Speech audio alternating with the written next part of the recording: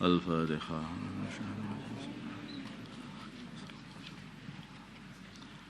بسم الله الرحمن الرحيم. Babul amri. Di sini bab menerangkan perintah bil muhafadati untuk menjaga ala shalawatil maktubati atas salat-salat yang difardukan, wan nahyi, dan bab menerangkan larangan al-akidi yang kuat, wal wa'idi, dan ancaman asyadidi yang sangat, fi tarkiha, di dalam fi tarkihinna, di dalam meninggalkan salat-salat fardu. Qala, berfirman Allah Ta'ala, khafidhu ala salawati was salatil wusta. Khafidhu, jagalah kalian semua, ala salawati, atas salat-salat fardu, was salatil wusta, dan salat asar, salat tengah-tengah. Wa qala, dan berfirman Allah Ta'ala, fa in tabu, bila mana kalian bertobat, wa in tabu, bila mana mereka bertobat,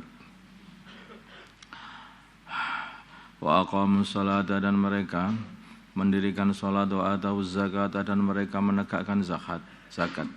Wa khallu, maka lepaskanlah sabilahum, jalan mereka, orang-orang kafir Quraisy ini sebetulnya. Wa Ali bin Mas'ud, dari Abdullah bin Mas'ud radhiyallahu taala an, qala, berkata Abdullah, sa'altu, aku bertanya Rasulullah sallallahu alaihi wasallam, ayul a'mali, amalan mana afdalu, yang lebih utama? Qala, bersabda baginda Nabi, as-salatu ala waqtiha, amalan yang paling utama adalah salat tepat kepada waktunya. Qultu, aku berkata, thumma ayyun, kemudian amalan apa? Qala, baginda Nabi bersabda, birrul walidaini, berbakti kepada kedua orang tua. Qultu, aku berkata, thumma ayyun, kemudian amalan apa lagi? Qala, baginda Nabi bersabda, al-jihadu fi sabilillah, jihad di dalam jalannya Allah.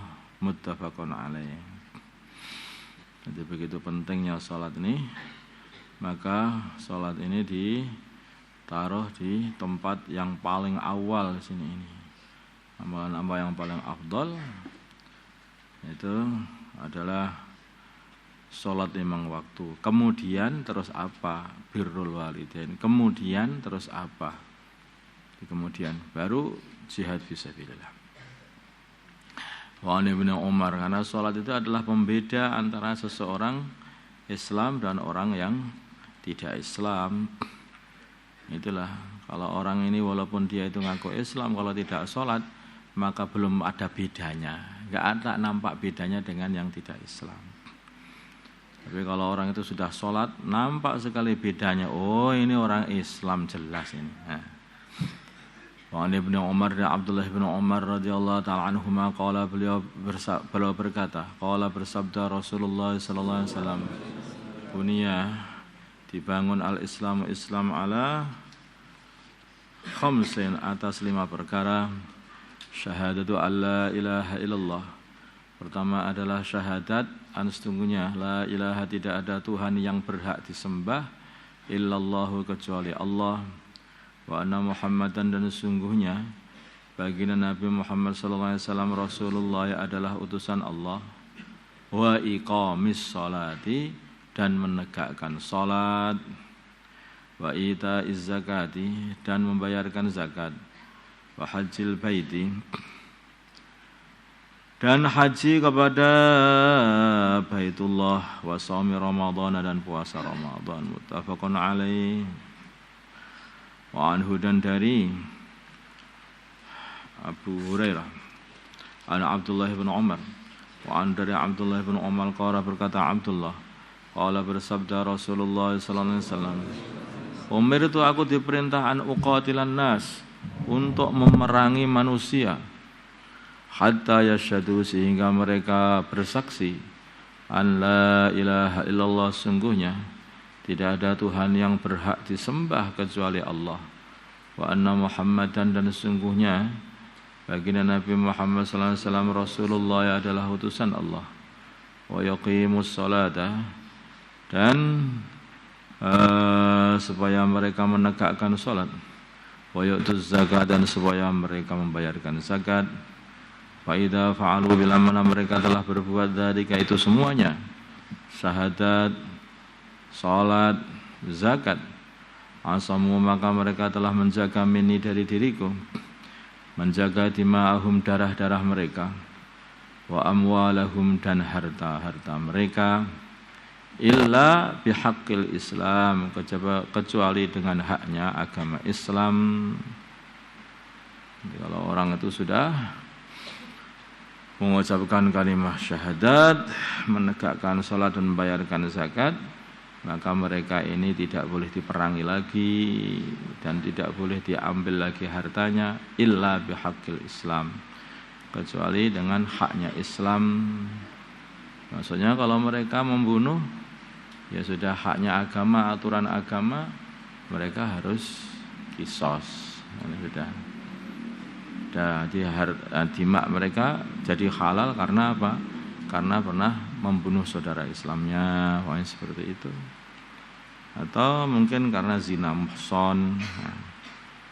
Harta mereka jadi harus diambil atau halal untuk direbut kalau mereka tidak membayarkan zakat, atau tidak mau menafkahi orang yang dia wajib untuk menafkahinya dan sebagainya. Wa hisabuhum, dan urusan mereka, hitungan mereka, urusan mereka, Allah, atas Allah, muttafaqun alaih. Kalau sudah setelah itu serahkan Allah, enggak tahu itu hakikatnya gimana. Yang penting kalau sudah mengatakan syahadat, menegakkan salat, membayarkan zakat, sudah. Tuh. Hakikatnya bagaimana? Ya urusan Allah. Makanya di Madinah itu juga ada orang-orang munafikin yang siap syahadat, siap gitu, kayak nampak. Tapi mereka ini hakikatnya ya masih kafir gitu. Tapi mereka telah menjaga semua ini darah dan harta mereka. Karena sudah mengatakan, lah urusannya serahkan Allah itu nanti di akhirat. Ya apa-apa itu ya dihukumi tampak zahirnya saja. Adapun batin itu kita tidak boleh menghukumi. Zahirnya dia sudah Islam, ya berarti saudara. Tidak boleh kita ini orang sudah mengucapkan syahadat, kita nganggap belum Islam. Itu enggak bisa. Maka Sayyidina Usamah bin Zaid ketika beliau ini perang dengan melawan orang kafir, maka beliau berperang itu bersama teman beliau, Sayyidina Usamah ini. Lah orang kafir itu baru saja menebas temannya sehingga mati, sehingga tewas. Ganti Sayyidina Usamah yang menghadapi orang yang baru saja membunuh temannya tadi. Maka ternyata Sayyidina Usamah lebih unggul, lebih pinter berantem sama orang itu, berperang. Sehingga orang itu sampai kepepet, tinggal satu kali tusukan tombak, maka sudah mati dia itu. Tapi dia langsung mengatakan, sebentar, asyhadu alla ilaha illallah wa anna muhammadar rasulullah. Sayyidina Usamah kurang ajar, baru saja membunuh temanku, masa dia itu sudah kalah, kok ngomongkan syahadat. Ini hanya menyelamatkan diri aja ini. Bohong, hatinya enggak sungguh-sungguh ini. Tusuk aja apa Sayyidina Usamah, matilah orang itu. Keadaan seperti itu sampaikan kepada baginda Nabi, dimarahi habis-habisan oleh baginda Nabi. Sama gimana? Lah itu bohong-bohongan baginda Nabi. Orang ini baru saja membunuh temanku, ketika dia ini sudah kalah sama aku. Mendadak dia itu mengucapkan syahadat, padahal ada sudah hampir saja dia sudah tak bunuh katanya. Emangnya kamu tahu isi hatinya? Apakah sudah kamu buka dadanya dan kamu lihat di dalamnya ada syahadatnya apa enggak? Sampai begitu kan. Makanya pol-polannya kalau sudah zahirnya itu sudah syahadat, ya bismillah, dah gitu aja. Wa an Mu'adzin, dari Sayyidina Mu'adz radhiyallahu taala anhu qala, berkata Sayyidina Mu'adz, ba'athani, mengirim aku Rasulullah sallallahu alaihi wasallam ilal Yaman, ke Yaman. Wa qala, maka beliau bersabda, innaka, sungguhnya kamu Mu'adz, ta'ti akan mendatangi, kamu akan mendatangi qauman ahlil kitabi, dari ahli kitab. Fad'uhum, maka ajalah mereka ila syahadati alla ilaha illallah, kepada syahadat persaksian, sungguhnya tidak ada Tuhan yang berhak kecuali Allah. Wa anni dan sungguhnya aku Rasulullah adalah utusan Allah. Wa in ata'u bila mana mereka taat lidzalika untuk mengucapkan syahadat, fa'alimhum maka ajarilah mereka annallah sungguhnya Allah Ta'ala iftarah atau beritahu mereka jika boleh. Fa'alimhum maka beritahu mereka annallah sungguhnya Allah Ta'ala iftarah telah memfardukan alaihim atas mereka khamsa salawatin 5 salat 5 kali salat fi kulli yawmin wa lailatin di dalam setiap sehari semalam 5 kali salat. Fa inhum kalau mereka atau taat lidzalika untuk melakukan salat itu, fa alimhum maka kasih tahu mereka annallahu sungguhnya Allah Ta'ala iftarada telah memfardukan alaihim atas mereka sadaqatan sedekah tu khutu diambil sedekah itu min aghniyaihim dari orang kaya mereka, faturadu maka diberikan ala fuqaraihim atas orang-orang fakir mereka. Di dalam Islam itu orang fakir itu betul-betul difikirkan dan difardukan bagi para aghnia ini memikirkan orang-orang fakir, sehingga sebagian daripada harta dari orang-orang yang kaya itu harus diambil untuk diberikan kepada orang fakir. Maka kalau ini diamalkan nggak ada orang fakir lagi, terus sudah dapat zakat. Sekarang dapat zakat hanya zakat fitrah aja, padahal zakat malnya loh banyak belum diambil itu. Nah, kalau diambil semua zakat mal itu nggak ada orang fakir, terus dapat aja itu orang-orang itu. Sehingga mau fakir itu nggak bisa, angel. Kalau Islam ini dijalankan, aturan yang dijalankan itu mau miskin itu nggak bisa kayaknya, karena saking banyaknya harta. Nah sekarang ini nggak ada keseimbangan kalau Islam nggak di aturan Islam itu nggak diamalkan, tidak ada keseimbangan. Yang miskin tetap saja miskin, tidak ada yang memikirkan untuk mengentaskan dari kemiskinan dan kefakiran. Sedangkan yang kaya makin kaya saja.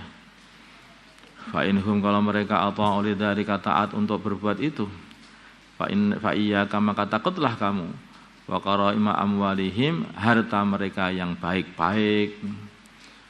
Jangan kamu ngambil zakatnya itu kamu ambil dari hartanya yang paling baik, bukan. Jangan, tetapi ambillah yang sedengan. Bukan yang paling buruk, bukan pula yang paling baik, dipilih yang terbaik. Karena zakat mal hanya khusus yang baik-baik saja, yang gemuk-gemuk saja. Apa itu zakat apa itu ternak yang gemuk-gemuk saja yang diambil, enggak, ambil yang sedengan. Kalau begitu itu namanya menzalimi orang. Wattaqi lah ini ancaman. Wattaqi dan takutlah da'watul mazlum, doanya orang yang dizalimi. Kalau kamu berbuat seperti itu berarti kamu menzalimi orang. Kalau orang itu kamu zalimi, kok sampai doa kepada Allah, ya Allah, orang ini terus ngambil hartaku yang paling baik aja, ya Allah. Lah bisa hancur itu. Fa innahu maka sungguhnya laisa bainaha wa bainallah. Sungguhnya tidak ada di antara doanya orang yang mazlum wa bainallah, dan di antara Allah hijabun hijab. Doa apa saja orang-orang itu sudah dizalimi, maka akhirnya dikabulkan, mesti dikabulkan doanya oleh Allah. Tidak ada hijab lagi. Muttafaqun alaih.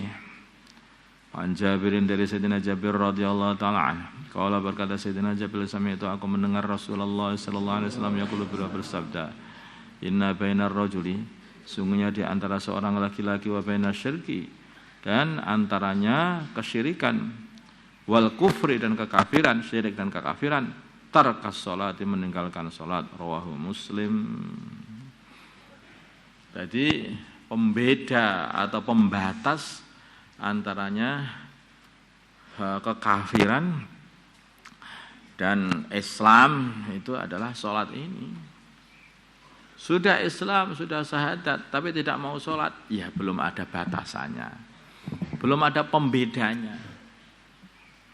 Kalau sudah sholat, sudah nampak pembeda, ada pembatasnya. Makanya orang itu kalau belum sholat itu sifat-sifat kekafiran itu masih tapi nampak nanti akhirnya.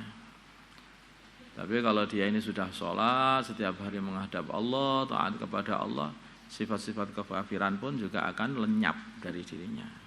Hanya sifat tunduk tok kepada Allah, taat kepada Allah. Makanya sholat itu akan memperbaiki seluruh amal hakikatnya kalau diamalkan.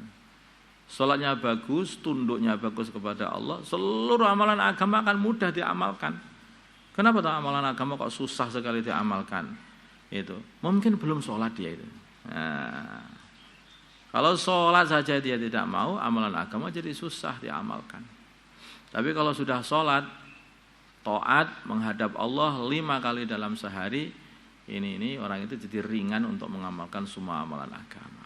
Selagi belum itu, maka masih mudah sekali sifat-sifatnya orang-orang musyrikin itu masih nempel sama dia. Atau dia tidak aman untuk kena sifat-sifatnya orang-orang musyrikin. Jadi tidak aman. Maka begitu orang itu syahadat yang diajari sholat dan dibiasakan ke masjid, nanti jadi aman dia itu. Allahumma salli ala sayyidina Muhammad wa ala ali sayyidina Muhammad wa salli ala sayyidina Ibrahim wa ala ali sayyidina Ibrahim wa barik ala sayyidina Muhammad wa ala sayyidina Muhammad barik ala sayyidina Ibrahim wa ala ali sayyidina Ibrahim fil alamin innaka Hamidum Majid. Allahumma arham ummat sayyidina Muhammad, Allahumma ighfir ummat sayyidina Muhammad, Allahumma aslih ummat sayyidina Muhammad, alif baina qulubi ummat sayyidina Muhammad. Allahumma ansur ummat sayyidina Muhammad, Allahumma as fihim sultanan nasira. Sallallahu ala sayyidina Muhammadin nabiyil ummi wa ala alihi wasallam. Alhamdulillahi rabbil alamin. Al-Fatihah.